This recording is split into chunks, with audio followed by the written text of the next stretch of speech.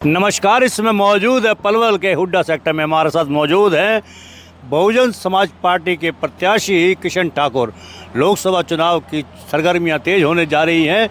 29 तारीख से नामांकन पत्र भरे जाने हैं, तो पूरी बसपा इकाई इस समय मौजूद है एक कार्यक्रम में।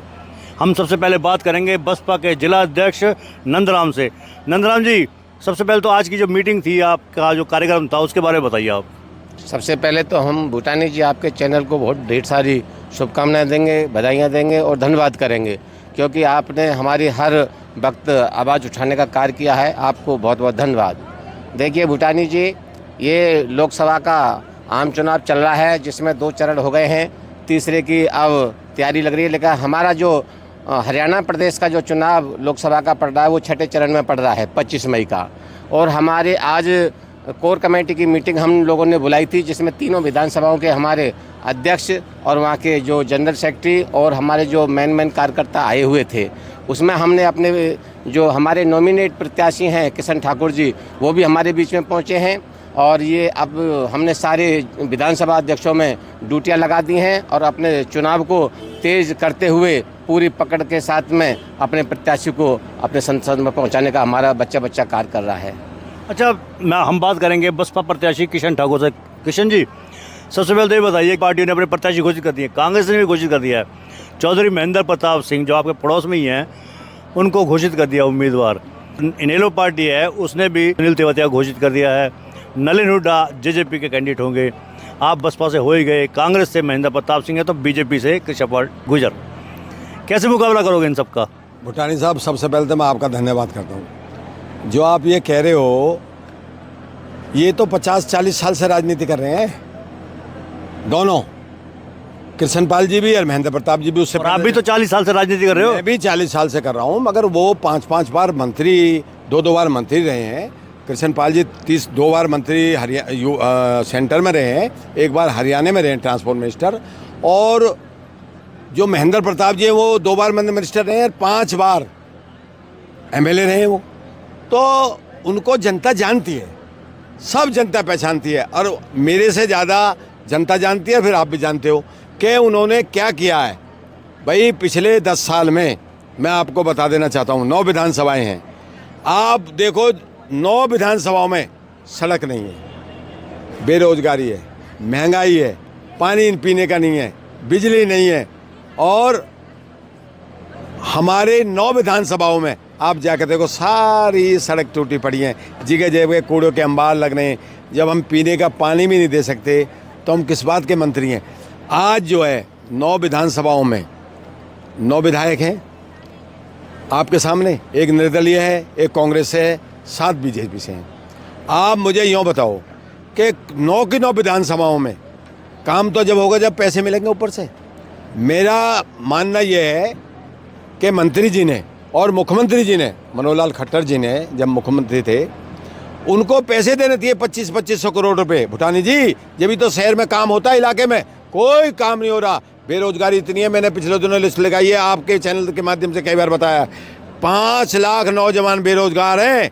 अगर भगवान ने, और ये भी भगवान का रूप है, अगर मुझे मौका दिया, 1 साल में 50,000 बच्चे लगाऊंगा प्राइवेट सेक्टर में। 50,000। किशन ठाकुर जिंदाबाद, किशन ठाकुर जिंदाबाद। जिस शहर में आप खड़े हैं, पलवल में, यहाँ के रहने वाले हैं करण सिंह दलाल, पूर्व मंत्री हैं।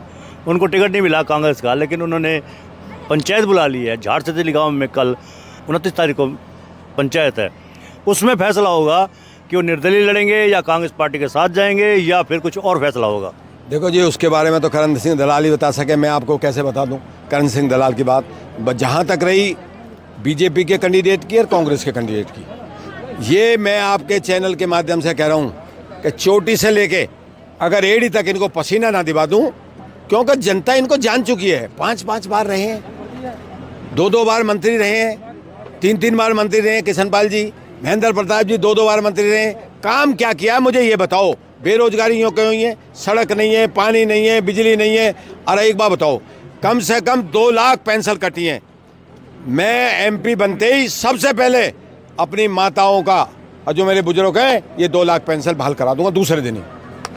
अच्छा, आपकी पार्टी के सुप्रीमो है मायावती जी, उनका भी कार्यक्रम तय हो गया क्या? भाई देखो, उन्होंने 18 तारीख का या 19 तारीख का समय दिया है और बहन जी ज़रूर आएंगी। हमारी बड़ी बहन है। और देखो, मैं आपको बता देना चाहता हूँ, बहन जी उत्तर प्रदेश की 4 बार मुख्यमंत्री रही हैं। हमारी रिश्तेदारी है नवेड़ा में, बहुत दिन से हमारी रिश्तेदारी है। 100 रुपये गज ज़मीन होती थी जब बहन जी नहीं थी, मुलायम सिंह यादव थे। आज 1 लाख रुपए गज है। सब बहन जी की देन है। ये आज कुछ भी दिखा दो यूपी में या हरियाणा में, सब यूपी में तो बहन जी की देन है। और आज जो है पूरे हिंदुस्तान में देखो, ये कहते हैं जी बहन जी प्रधानमंत्री नहीं बनेंगी। मैं एक जवाब आपके थ्रू इनसे कहता हूँ, भाई चंद्रशेखर जी, स्वर्गीय चंद्रशेखर जी इकले बने थे, डायरेक्ट प्रधानमंत्री बन गए। तो ये कुदरत का कोई पता नहीं क्या होगा, मगर बहन जी बन सकती है प्रधानमंत्री। समय का कोई पता नहीं। ये कह रहे हैं कभी 400 पार है, 400 पार है। अरे भैया, तुम 200 पार ही कर लो। कांग्रेस कह रही है जी हम 2 लाख से जीतेंगे। मैं आपके चैनल के माध्यम से कह रहा हूँ, 2 लाख वोटों से जीत के दिखाऊंगा, 2 लाख वोटों से। और जो ये लोग कहते हैं ना जी फरीदाबाद के ही हैं सब ये कैंडिडेट, भाई वो तो होंगे। मैं पिछले 40 साल से पलवल मेरा घर है, मेरा परिवार है। हर गाँव, हर शहर हम मेरा घर है पलवल। मैं कहता हूँ आपके दावे के साथ, कोई मेरे सामने खड़ा कर लो, मेरा घर है पलवल। उनका होगा फरीदाबाद, वो आते नहीं थे। महेंद्र प्रताप जी कभी नहीं आए पलवल, कभी भी, उनका कोई मतलब नहीं। अच्छा, करण दलाल जी कभी फरीदाबाद नहीं जाते थे। चलो, आज तो करण दलाल है ही नहीं बेचारे, टिकट ही नहीं। उन्होंने दावा कर दिया है पंचायत में कि कल जो पंचायत होगी अगर निर्दलीय कहा गया तो उनको चुनाव भी लड़ेंगे निर्दलीय। भाई मैं तो कह रहा हूँ लड़ें। भाई देश आजाद है, जब मैं लड़ रहा हूँ मैं करण जी को कैसे मना कर दूंगा? भाई ये मेरे, लड़ो चुनाव। चुनाव का तो सबको हक है। कुछ लोग ऐसे हैं, करण सिंह दलाल नहीं है उनमें, कुछ लोग ऐसे हैं, भाई किशन ठाकुर क्यों चुनाव लड़ रहा? अरे भाई तुमने को पट्टा लिख रखा है इसका? बहन जी ने मुझे टिकट दिया, हिंदुस्तान में 3 नंबर की पार्टी है बहन जी की। और ये नहीं लड़ाते, ये तो मिलकर लड़ा रहे हैं। बहन जी 540 पे लड़ा रही है देश में। कोई पार्टी नहीं है ऐसी जो 540 पे लड़ा रही हो देश में, बहन जी लड़ा रही है। अच्छा, कृष्णपाल गुर्जर बीजेपी के जो प्रत्याशी है वो मलाई गांव में गए थे। वहाँ उन्होंने कहा कि गुर्जर मेव भाई भाई, उन्होंने कहा कि इस बार आप मेरे को उम्मीद के साथ आए हूँ आपके बीच में, मुझे को वोट दे दो, मैं आपको निराश नहीं करूँगा। देखो जी, उसके बारे में तो कृष्णपाल जी बता सकते हैं, मगर सच्चाई ये है, जो हमारे मोमडन भाई हैं, सच्ची बात है, वो हम में से भी लिकास है उनका, हमारे भी परिवार के हो सकते हैं, उनके भी हो सकते हैं। तो ये जो ये खड़ा, ये भी हमारा परिवार है। परिवार कहाँ से छटा, यहीं तो बना है, यानी सब एक परिवार के हो, या हमारे परिवार से भी है वो। मैं आपको बता रहा हूँ, यही तो कहा जा रहा है। वो कह रहे हैं कि 10 लाख पार का जीत का दावा इसलिए हो रहा है, हिंदू मुस्लिम सिख ईसाई सभी मतदाता इस बार मोदी के साथ हैं। मोदी के साथ है? कहाँ है मोदी के साथ, बताओ? मोदी काम करता है आगे फरीदाबाद में? भाई मोदी जी जो हमारे देश के प्रधानमंत्री हैं, मोदी जी यहाँ काम कर रहे हैं? कोई काम तो सांसद को करना है, मोदी जी को थोड़ी करना है। अब के लोग जवाब देने को बैठे हैं ना तैयार, कतई, चाहे कांग्रेस हो चाहे बीजेपी हो। भाई मैंने तो कांग्रेस में ज़्यादा रहा हूँ, तो मैं तो कांग्रेस की बात ज़्यादा बात, मैं तो 5-7 साल रहा हूँ बीजेपी में। कांग्रेस के कैंडिडेट को तो चुनाव ही नहीं लड़ना चाहिए था। मैं कह रहा हूँ आपके माध्यम से, क्यों बूझो, क्यों नहीं लड़ना चाहिए? जब उनको पता है, अब लोग ये कह रहे हैं भाई किशन ठाकुर को मैं लड़ा रहा हूँ, कोई कह रहा है जी महेंद्र प्रताप जी लड़ा रहे हैं, कोई कह रहा है जी कृष्णपाल जी लड़ा रहे हैं। अरे भैया, तुम चुनाव लड़ना जानते हो क्या, और चुनाव नहीं लड़ना जानते? मेरे को जनता लड़ा रही है, मेरे को बहन जी ने टिकट दिया है, और मैं आपकी बहन जी की झोली में जीत के और डाल दूंगा कि बहन जी ये बन गया एमपी तुम्हारा। कितने मजबूत रहेंगे आपके ये कैंडिडेट? सर ऐसा है, हमारी जो पार्टी है, पार्टी के जिला की जो बॉडी है, इस बॉडी ने पूरे 5 साल हर गांव में जाके काम किया है। गांव में हमारे 8-8, 9-9 चक्कर हम काट चुके हैं। लोग तो बाट देख रहे थे कि हमें कोई मजबूत कैंडिडेट मिले, और लोगों की जैसी भावना थी वैसा काम भी हो गया। बहन जी ने एक मजबूत कैंडिडेट हमें दिया है, तो वोट तो हम अपने कैंडिडेट को देंगे। लोगों के फ़ोन आ रहे हैं, बस अब हम लगेंगे अपने प्रचार प्रसार में। कैंडिडेट साहब हमें साधन मुहैया कराएंगे, हम अपने साधनों से भी जाएंगे, लोगों के बीच में जाएंगे, कैंडिडेट साहब हमारे साथ होंगे, पहचान कराएंगे। और हमारी वोट तो जो हमारा जो मानी जाती हैं बीएसपी की वोट, वो तो है ही।